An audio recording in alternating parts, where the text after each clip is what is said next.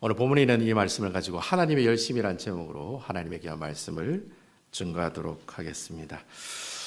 제가 이 말씀을 준비하면서 좀 고민을 많이 했어요. 왜냐하면 제가 창세기를 계속해서 강의를 하고 있었는데 오늘이 이제 창세기 48번째 강의하는 시간이거든요.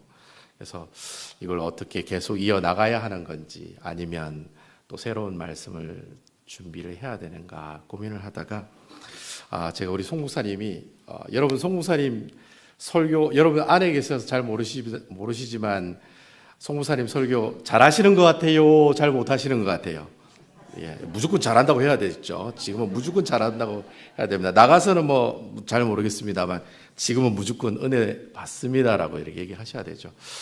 그래서 송목사님 여러분 잘 아시다시피 설교를 강해 설교 스타일로 하고 계시죠. 그래서 마태복음으로 주일날 설교하고 계시고 그리고 또 새벽기도 때는 데살로니가전서 가지고 강해 설교를 하고 계시는데 제가 목사잖아요. 밖에서 들어온 목사잖아요. 객관적으로 목사님 설교를 평가해 보면 제가 평가를 할 수 있는 건 자격은 아닙니다만 강해 설교 굉장히 좋으세요. 아무도 아멘 안 하시는군요. 예. 송 목사님이 나는 아멘을 요구하지 않는다 이렇게 얘기하시더라고요. 그래서 저도 그 말씀에 동의는 하지만 근데 여러분 아멘 하는 거는 훈련인 것 같아요. 그래서 안 하는 사람은 죽을 때까지 관속에 들어갈 때까지 아멘 안 해요. 근데 아멘이 훈련이 되어 있는 사람은 아멘을 하는 줄로 믿으시기 바랍니다. 예. 그래서 여러분 순복음교회 가면 아멘 하지 말아도 아멘 하잖아요. 이거 왜냐하면 그분들은 처음 교회 갈 때부터 아멘 하라고 훈련을 받기 때문에 어디 가도 다 아멘을 해요. 누가 설교회를 해도 다 아멘을 해요. 훈련이 되어 있기 때문에 아멘을 한다는 겁니다. 그러니까 여러분 제가 여러분들에게 그렇게 아멘을 요구하시더라도 나는 좀 거시기하다 이래 해도 아멘하는 훈련을 하시면 아마 여러분들에게 도움이 많이 될 줄로 믿으시기 바랍니다. 예. 어쨌든 여러분 이 시간에도 제가 여러분들에게 이거 설교를 할 때 제가 또 여러분들에게 많은 질문을 드릴 거예요. 그래서 당황하지 마시고 또 괜히 또 오답 얘기하면 뽀록 나니까 그런 거 염려하지 마시고 제가 하는 모든 질문에 90% 이상은 다 뭡니까? 예수 그리스도입니다. 예수 그리스도. 일단 예수 이렇게 얘기하면 다 맞습니다. 아시겠죠? 그러니까 여러분 저는 여러분들에게 일방적으로 선포하는 말씀보다는 소통하는 말씀을 원합니다. 그래서 제가 하나님의 귀한 말씀을 선포했을 때 여러분들이 아멘으로 받아들이시고 또 여러분들이 대답하실 때 하나님께 은혜 받는 귀한 시간 되기를 주님의 이름으로 축원을 드리겠습니다. 우리가 보통 창세기를 공부할 때 창세기에는 네 사건, 네 사람이 나온다라고 가르칩니다. 제가 보통 하나님의 말씀을 가르칠 때 창세기는 네 사건, 네 사람의 귀한 이야기가 나옵니다라고 이야기를 하거든요. 창세기는 총 50장으로 되어 있습니다. 그런데 아주 긴 내용으로 되어 있죠. 하지만 이 창세기는 크게 두 부분으로 나눠져요.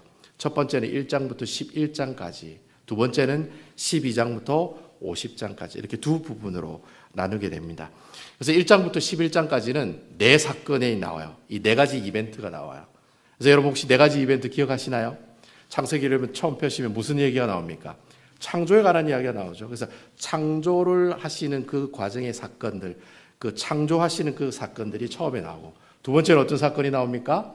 사람이 선악을 알게 하는 나무 열매를 먹음으로 해서 어떻게 해요? 죄를 짓는 사건이 나옵니다. 그리고 세 번째는 어떤 사건이 나오죠? 주일학교도 다 알고 있는 노아 홍수 사건이 나오고 마지막 네 번째 사건은 11장이 나옵니다. 바벨탑 사건이 나옵니다. 그래서 이 네 가지 사건, 창조, 타락, 그리고 노아 홍수, 바벨탑 사건까지 이 네 가지 사건 이야기가 1장부터 11장까지의 말씀에 쭉 나오고 있다라는 겁니다. 그러면 이제 12장부터 50장까지는 무슨 얘기가 나오느냐? 사람에 관한 얘기가 나와요. 그래서 어떤 사람이 나와요? 아브라함이 나와요. 이삭이 나와요. 야곱이 나와요. 요셉에 관한 이야기가 나와요. 그래서 for people이라고 해서 네 사람에 관한 이야기가 나오고 있다는 겁니다. 그래서 이 성경 공부를 하다 보면 목사님 아브라함이 아버지인지 이삭이 손자인지 야곱이 아버지인지 요셉이 누군지 잘 모르겠습니다. 헷갈려요. 이렇게 얘기하시는 분이 있는데 쉽게 외우는 방법이 있습니다. 어떻게 외우시냐면 앞에 있는 사람 이름 글자만 따가지고 아브라함 아, 이삭 이, 야곱 야, 요셉 요. 어떻게 읽습니까?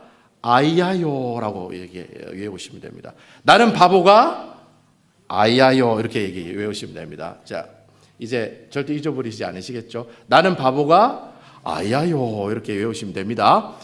그 순서대로 외우시면 아브라함, 이삭, 야곱, 요셉 이 내용으로 잘 외우시게 될 겁니다. 나중에 설교 마치고 제가 물어볼 거예요. 나는 바보가 아야요라고 얘기해야 됩니다. 다른 얘기 하시면 안 됩니다. 자, 여러분 이 네 가지 사건을 하나님께서 주시면서 왜 이 네 가지 사건을 주시느냐? 그냥 여러분들에게 이 네 가지 사건을 그냥 주시는 게 아니라는 거예요. 다 이유가 있다는 거예요. 그 네 가지 사건을 주시는 이 이유는 무슨 이유입니까? 이 네 가지 사건을 다 누가 주관하신다는 겁니까? 하나님이 주관하신다는 거예요. 그 정답은 거기에 있는 거예요.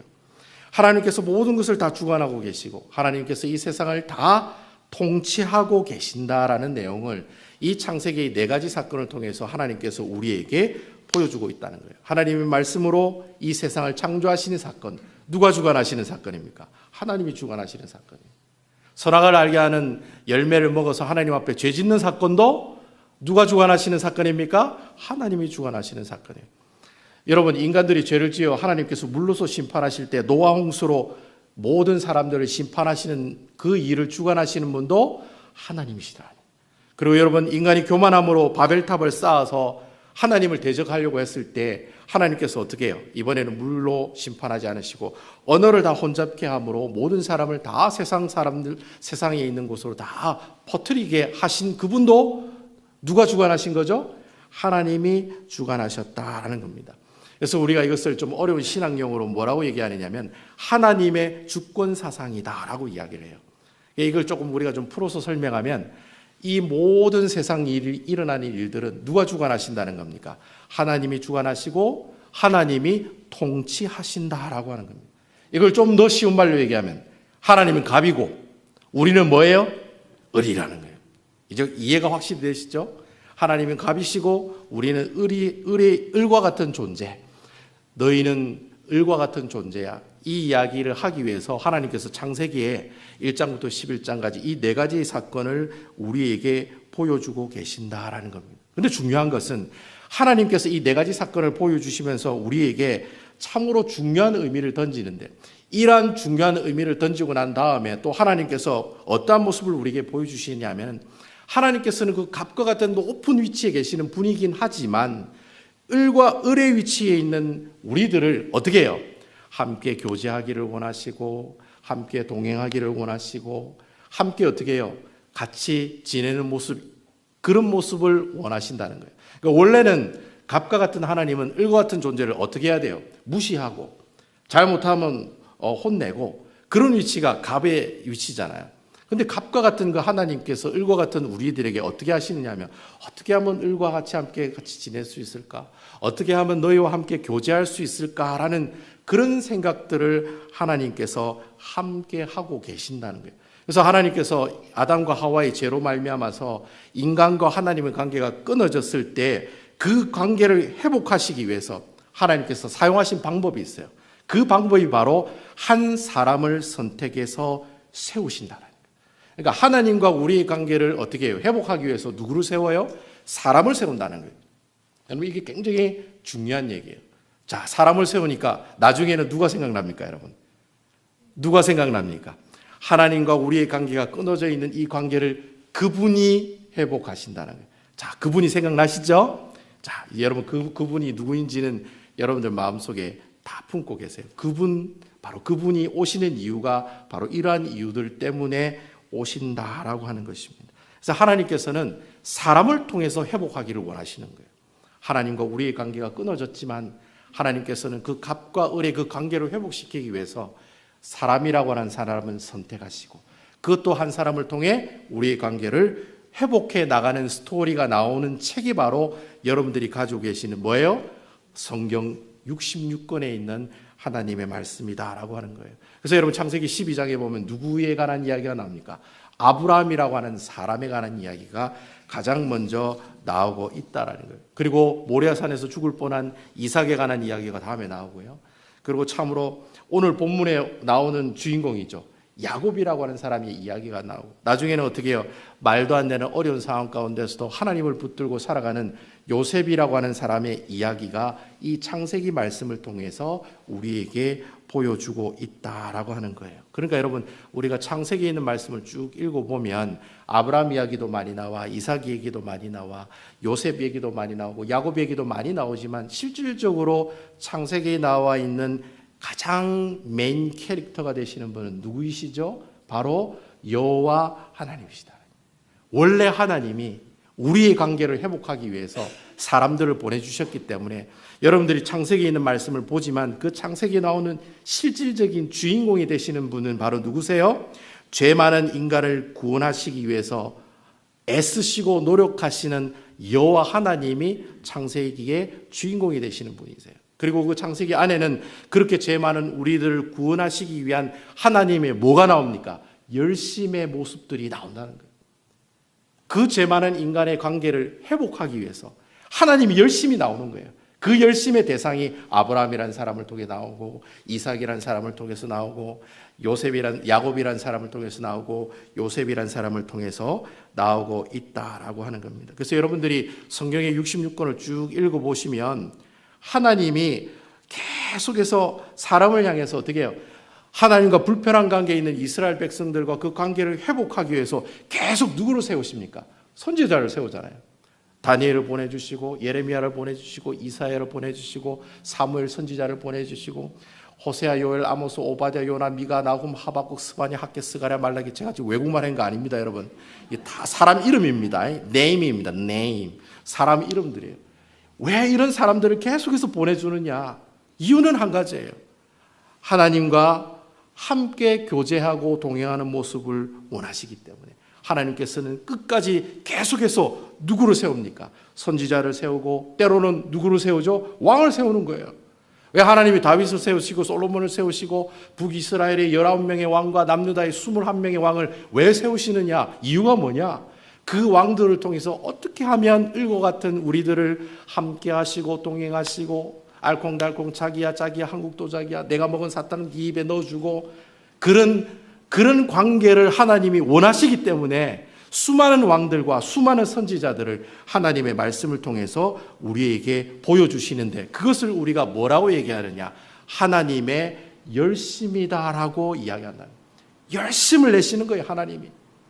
여러분들과 함께하기 위해서, 여러분들과 교제하기 위해서, 여러분들과 동행하기 위해서 하나님이 열심을 내어 보이는 그런 내용들이 기록된 책이 바로 여러분들이 열심히 들고 다니는 성경 66권에 있는 말씀들이다라고 하는 겁니다. 그런데 여러분, 하나님께서 우리의 관계를 회복하시기 위해서 이렇게 사람을 세우실 때 하나의 툴을 사용하세요. 하나의 도구를 사용하는데 그 도구가 바로 언약이라고 하는 도구예요. 여러분, 이 언약이라는 말은 말씀은 약속약자예요. 약속약. 그러니까 말씀으로 약속하셨다는 거예요. 그러니까 하나님께서 우리의 관계를 회복하려고 그냥 대충 사람만 세우고 왕을 세우고 그런 게 아니라는 거예요. 하나님께서는 사람을 세우시되 그곳에 무엇을 사용하세요? 언약이라고 하는 도구를 사용하신다는 겁니다. 그러면 이 언약이라고 하는 이 내용이 어떤 내용이냐? 쉬워요. 네가 하나님 말씀에 순종하면 복받고, 네가 하나님 말씀에 불순종하면 어떻게 된다? 하나님한테 얻어 터진다는 거예요.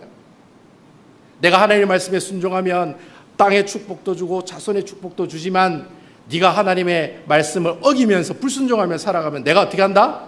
내가 한 대 치겠다라는 거예요. 심판하겠다라고 하는 내용이 바로 언약에 관한 내용들이다라고 하는 거예요. 그래서 우리가 영어로 이 언약을 covenant라고 얘기해요. covenant.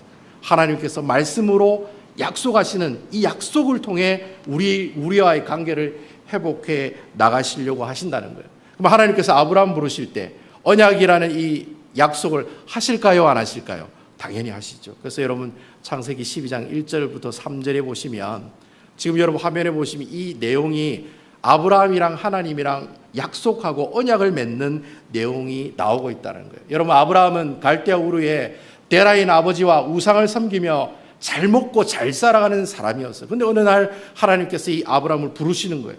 그러면서 그렇게 이야기하시는 거예요. 내가 내게 지시할 땅으로 가라. 갈대아 우르를 때가 내가 내게 지시할 땅으로 가라. 그것이 어딘지를 몰라요. 일단 가라는 거예요. 그러면 내가 큰 민족을 이루고 내게 복을 주고 내 이름을 창대케 하고 복의 근원이 되게 해주고, 내가 너를 축복하는 자를 축복하고 내가 너를 심판한 자를 심판하고, 또 어떻게 해요? 너로 말미암아 모든 민족들이, 주에 있는 민족들이 뭘 받으리라?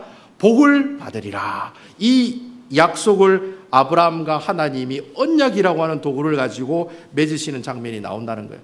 그러면 아이아이오 할 때 그러면 이삭은 이런 약속의 내용이 나오느냐? 당연히 나오죠. 창세기 26장 2절부터 4절에 보면 통일하게 아브라함의 아들인 이삭에게도 하나님이 약속하는 언약의 내용이 여러분들 화면을 통해 나오고 있다는 겁니다. 여러분 이 화면의 내용의 요점은 그겁니까? 네가 애굽으로 내려가지 말라는 거예요. 애굽으로 내려가지 말고 내가 내게 지시한 그 땅에 그대로 있으면 하나님께서 어떻게 해주신다? 너와 함께 있어 너에게 복을 주고 내가 이 모든 땅을 너와 내 자손에게 주리라. 내가 내 아버지 아브라함에게 맹세한 것을 이루 내 자손을 하늘의 별과 같이, 꼭 트로트 가사 이름 같죠? 하늘의 별과 같이 번성하게 하며 이 모든 땅을 내 자손에게 주겠다. 이렇게 지금 하나님께서 이 이삭과 언약이라는 도구로 약속을 하고 계신다는 거예요. 그러니까 여러분 아브라함이 맺은 그 약속과 이삭이 맺은 그 약속의 핵심 주제가 뭐냐? 하나님이 너와 함께 하겠다는 거예요. 여러분 아멘입니까? 이때는 아멘 해야죠. 여러분 하나님이 나와 함께 하시겠다는 거예요. 내가 뭔데 하나님이 나와 함께 하시겠다는 거예요. 이 모든 천지 만물을 창조하시고 이 모든 세상을 통치하시는 그분이, 대통령보다 훨씬 높은 지위에 있는 갑과 같은 그분이 일과 같은 나를 어떻게 해요?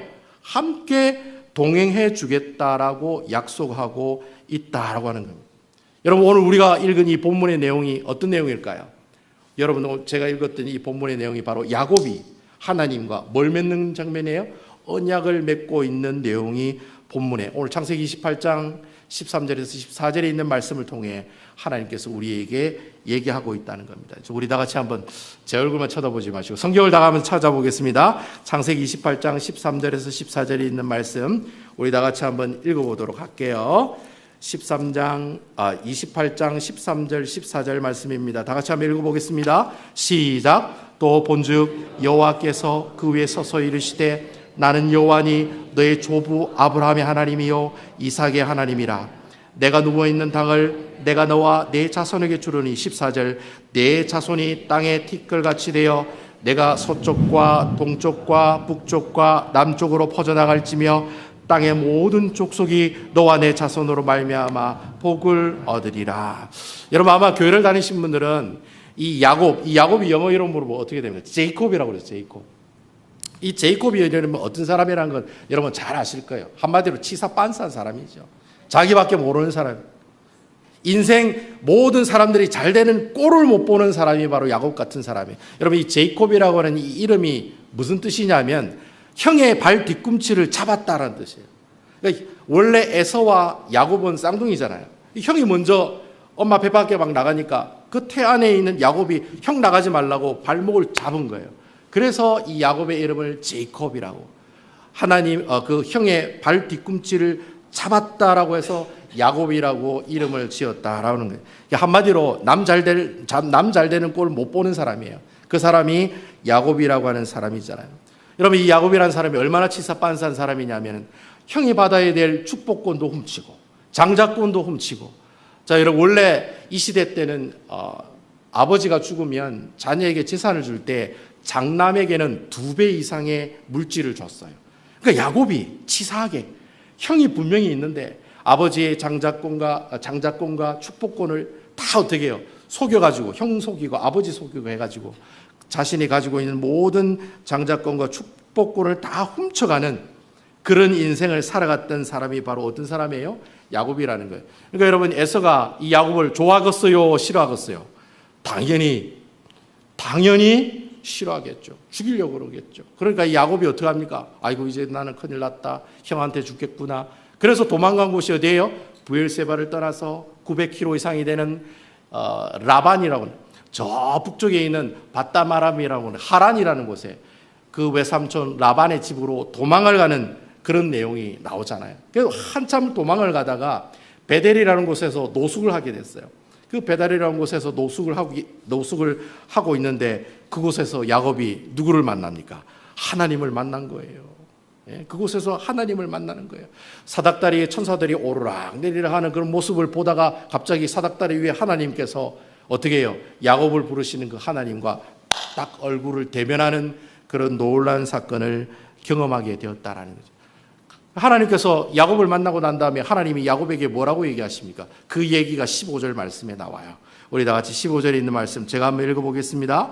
내가 너와 함께 있어 내가 어디로 가든지 너를 지키며 너를 이끌어 이 땅으로 돌아오게 할지라 내가 내게 허락한 것을 다 이루기까지 너를 떠나지 아니하리라 하신지라.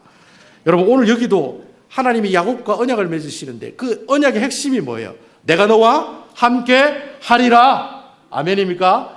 내가 너와 함께 하겠다. 내가 어디로 가든지 너를 지켜주겠다. 내가 내게 허락한 모든 것을 다 이루기까지 너를 떠나지 않고 너와 어떻게 해주겠다는 겁니까? 함께 해주겠다고 오늘 이 말씀을 통해 어떻게 해요? 약속하고 있는 장면을 우리에게 보여주고 있다라고 하는 겁니다. 근데 사실 여러분 우리가 성경을 쭉 보시면 제가 막 아브라함, 이삭, 야곱 이 세 사람을 이야기를 했습니다만 사실 여러분 이 아브라함과 이삭과 야곱은 실질적으로 보면 믿음이 좋은 사람들이에요? 믿음이 안 좋은 사람들이에요? 다 믿음이 안 좋은 사람들이 목사님 아브라함은 믿음의 조상이고 이삭은 순종의 본이지 않습니까?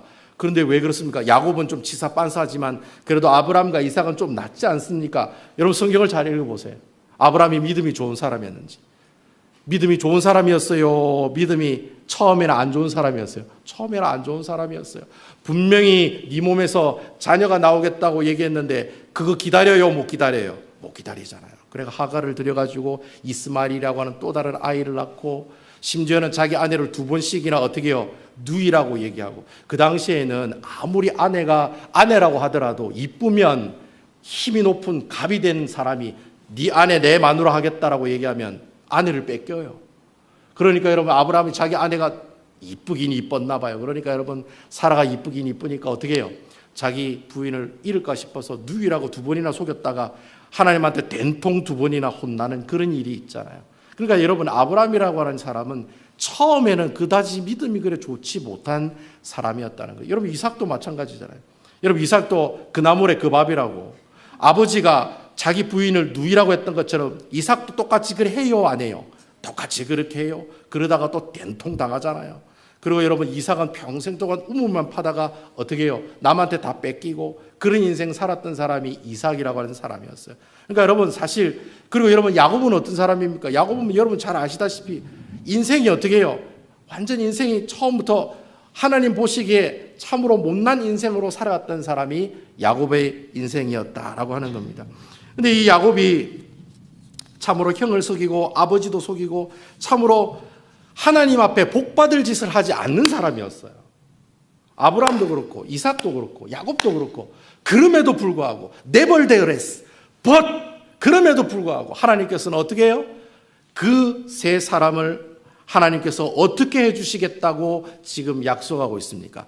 내가 너와 함께해 주리라. 그 약속을 하고 있다는 거예요. 내가 믿음이 좋으면 하나님께서 함께해 주시는 것이 아니라 아브라함처럼 하나님을 의심하고 이삭처럼 하나님을 의심하고 야곱처럼 인생이 원래 인격이 안 좋은 사람에게도 하나님께서 그 사람을 어떻게 하세요? 선택하시고 하나님께서 약속을 하신다는 거예요. 내가 너와 함께 하겠다고. 그런 놀라운 약속의 모습들을 오늘 말씀을 통해 우리에게 보여주고 계신다는 거예요. 제가 여러분 사무엘 하에 있는 말씀을 가지고 계속 큐티를 하고 있는데 여러분 사무엘 하 7장에 보면 하나님이 다윗 왕과 뭘 하는 장면이 나와요? 언약을 맺는 장면이 나와요. 그 언약을 맺는 장면이 사무엘 7장 8절에서 9절 말씀에 나옵니다. 제가 한번 읽어보겠습니다. 그러므로 이제 내 종 다윗에게 이와 같이 말하라. 만군의 여호와께서 이와 같이 말씀하시기를 내가 너를 목장 곧 양을 따르는 데 데려가서 내 백성 이스라엘의 주권자로 삼고 9절 내가 가는 모든 곳에서 내가 너와 함께 있어 내 모든 원수를 내 앞에서 멸하였은즉 땅에서 위대한 자들의 이름같이 내 이름을 위대하게 만들어 주리라. 여러분 하나님이 다윗 왕에게 약속하시는데 뭐라고 약속하십니까? 내가 너와 함께 해 주리라. 아브라함에게 하셨던 약속과 이삭에게 해주셨던 약속과 야곱에게 해주셨던 약속과 그리고 다윗에게 해주신 약속이 서로 연결이 돼요 안 돼요? 연결이 돼요 안 돼요? 다 연결이 되고 다 커넥팅이 되고 있다는 거예요. 그러니까 여러분 성경이 나오는 구약 성경은 다 끊어진 내용들이 아니에요. 다 이어지는 내용들이에요. 무엇을 이어지고 있어요? 하나님의 언약이라고 하는 도구로 다 어떻게 해요? 연결이 되고 있다라고 하는 것입니다. 바로 이런 이 언약이라는 도구를 이용해서 하나님께서 우리에게 보여주시는 거예요. 뭘 보여주시는 겁니까? 하나님의 열심을 보여주시는 거예요. 우리는 비록 아무 자격이 없는 사람이지만, 믿음이 없는 사람이지만, 가진 것도 없는 사람이지만, 나약하고 연약한 사람이지만, 성격이 좀 거시기한 사람이지만, 하나님께서는 어떻게 해요? 나를 선택하시고, 여러분 아멘이시죠? 나를 이곳에 불러주셔서 하나님 백성 삼아주시고 뭐라고 약속하십니까? 내가 너와 항상 함께하겠다. 이게 하나님의 말씀에 나오는 패턴들이에요. 하나님이 일하시는 패턴들이에요. 죄 지은 백성들이 나와요. 이스라엘 백성들이 하나님 앞에 계속 불순종하는 삶이 나와요. 그러면 하나님의 모습이 아이고 니 그러다 죽어라. 아이고 그래 니 그러다 지옥 가가 다 죽어라. 그래 다 망해라 이렇게 얘기하는 게 성경 말씀이냐? 아니라는 거예요. 그렇게 죄짓고 있는 이스라엘 백성들 하나님 보시고 누구를 보내주십니까? 한 사람을 세우시는 거예요. 선지자도 보내주시고 왕도 보내주시고 어떻게 하면 하나님 관계를 회복해 나가시려고 하나님께서 어떻게 해요? 계속해서 우리에게 그러한 사람들을 보내주심으로 우리와의 관계와 하나님과의 관계를 회복하게 하시려는 그런 하나님의 놀라운 열심의 모습들이 우리에게 계속 보여주는 내용이 그게 성경에 나오는 내용이라는 거예요.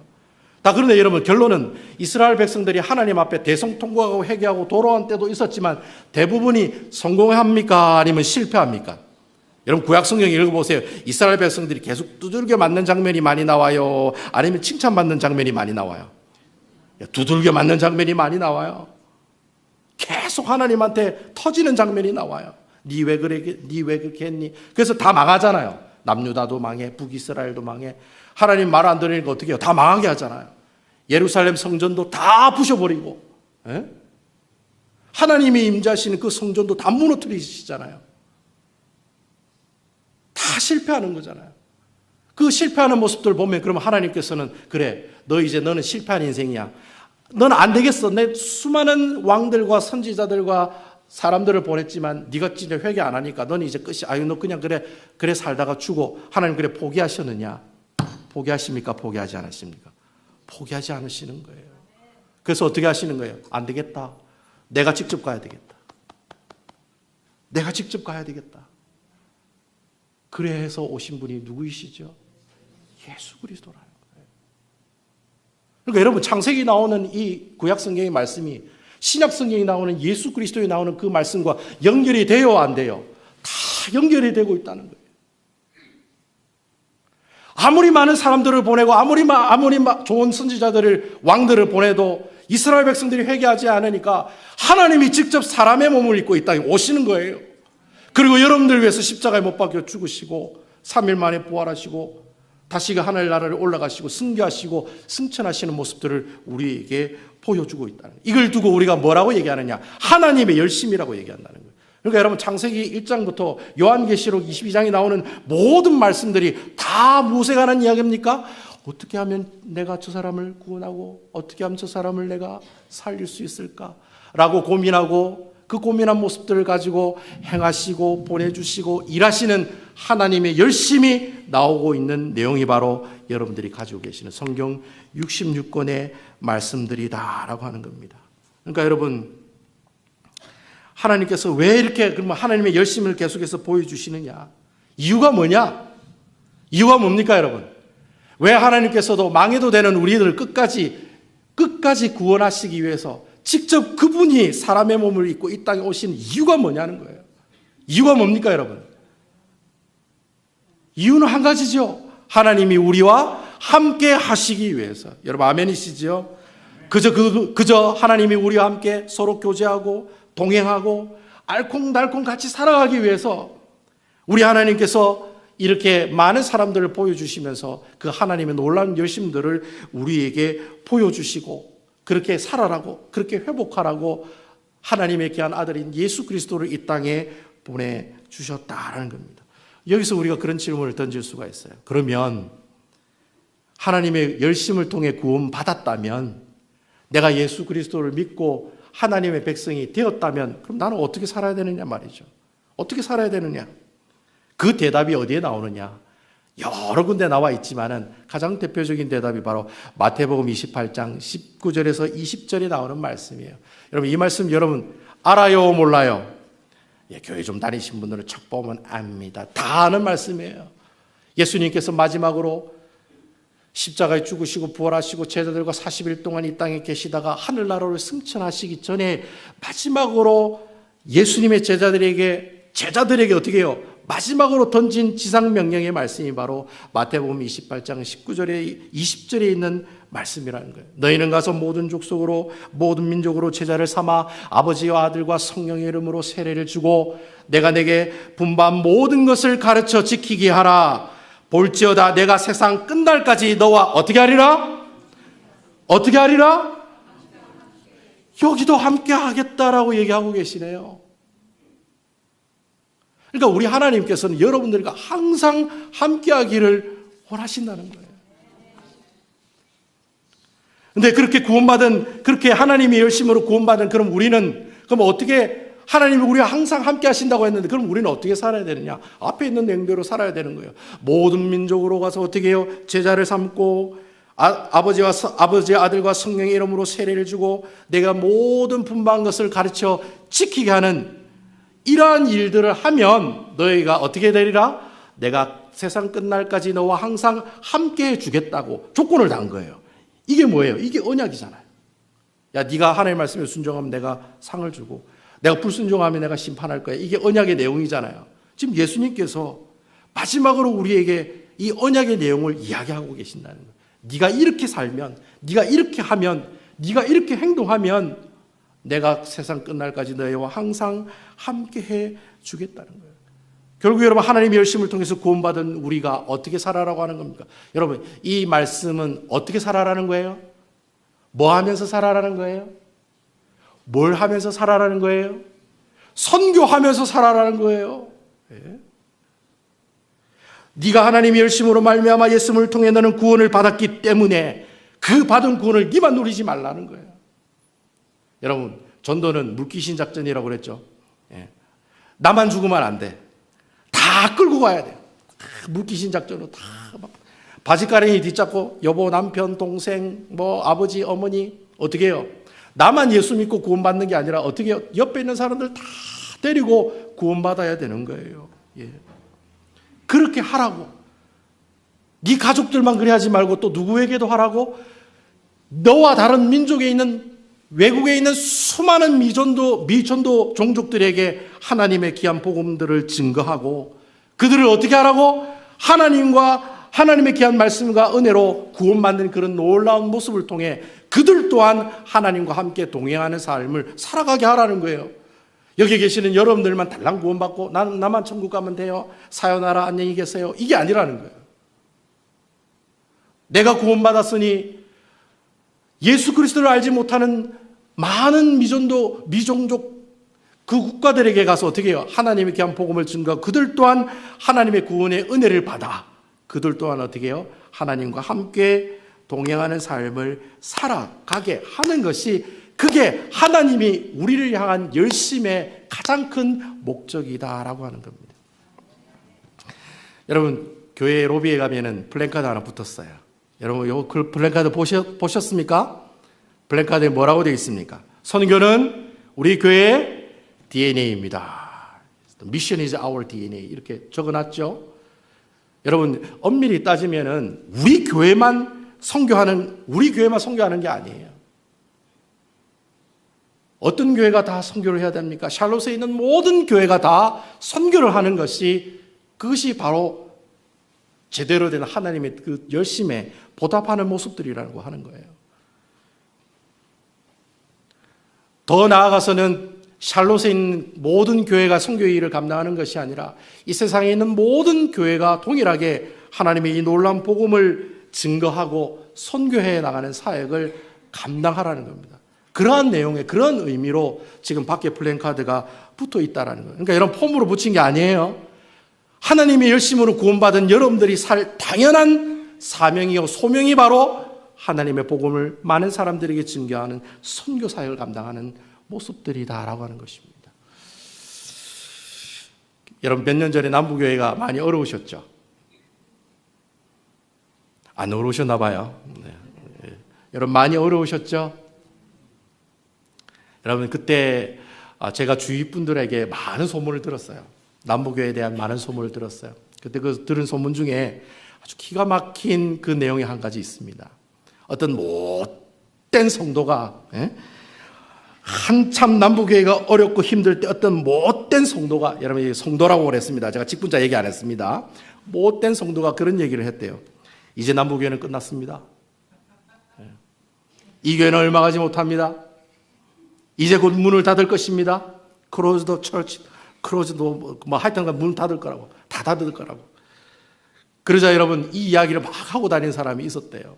그러자 그 이야기를 들은 어떤 한 목사님이 그런 얘기를 하셨대요. 눈이 동그랗게 뜨면서 그렇게 얘기하는 못된 성도에게 그런 이야기를 하셨답니다. 나쁜 성도님, 남부교회는 절대로 망하지 않습니다. 아무도 아멘 안 하시네. 남부교회는 절대 망하지 않습니다. 왜냐하면 남부교회는 선교하는 교회이기 때문에 그렇습니다. 네. 여러분, 우리 하나님은 아주 수가 밝으신 분이에요. 장사꾼이세요. 절대 손해보는 장사를 안 하세요. 그러니까 여러분 생각해 보세요. 선교를 열심히 하는 교회인데 망하게 한다? 하나님 손해요? 하나님 손해 아니에요? 하나님 손해지요. 하나님 손해죠. 아니 이 큰 교회가 선교 열심히 하고 있는데 망하게 하면 하나님 손해지. 그 누구 손해겠습니까? 하나님 손해죠. 그러니까 여러분 하나님께서 이 남부교회를 망하게 하실까요? 망하게 안 하실까요? 절대로 망하지 않게 하시는 거예요. 그래서 그 목사님이 그렇게 얘기를 하셨대요. 남부교회는 절대로 망하지 않습니다. Because 왜냐하면 선교하는 교회이기 때문에 그렇습니다. 네. 여러분 선교하는 교회는 절대로 망하지 않습니다.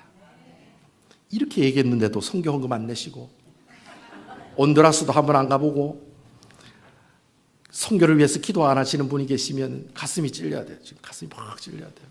여러분 교회는 네 사람만 있으면 된다잖아요. 나가는 사람, 보내는 사람, 배우는 사람, 가르치는 사람. 네 사람만 있으면 돼요. 뭐 장로고 목사고 필요 없어요. 네 사람만 있으면 돼요. 복음을 주러 나가는 사람, 나는 나가지 못해도 기도해주고 물질로 보태주는 보내는 사람, 그리고 하나님 말씀 배우는 사람, 그리고 하나님 말씀을 주일학교 아이들에게, 그리고 믿음이 적은 사람들에게 하나님 말씀을 가르치는 사람. 이 네 사람만 있으면 돼요. 아멘이시죠? 이 네 사람이 많이 있게 해달라고 기도하는 여러분들이 되었으면 좋겠습니다. 저는 우리 남부교회 성도 여러분들이 정말 이렇게 하나님과 함께 동행하는 모습들이 있었으면 좋겠어요. 하나님께서 창세기를 통해서 요한계시록까지 하나님의 열심을 통해 여러분들을 구원하셨잖아요. 그러면 여러분 구원받은 여러분들은 어떻게 하십니까? 바로 하나님 받은 그 놀라운 구원의 은혜를 여러분만 혼자 가지고 계시는 것이 아니라 누구에게도, 주위에 있는 많은 사람들에게도 이야기하고 나누어주는 하나님의 그 뜨거운 열심을 나만 갖고 있는 것이 아니라 주위에 있는 많은 사람들에게, 그리고 외국에 있는 많은 예수 그리스도를 알지 못하는 나라와 종족들에게 하나님의 복음을 증거하러 열심내고 순종해 나가시는, 그래서 정말 하나님께 잘했다 칭찬받으시는 아름다운 우리 남부교회 성도 여러분들 다 되시기를 주님의 이름으로 축원드리겠습니다.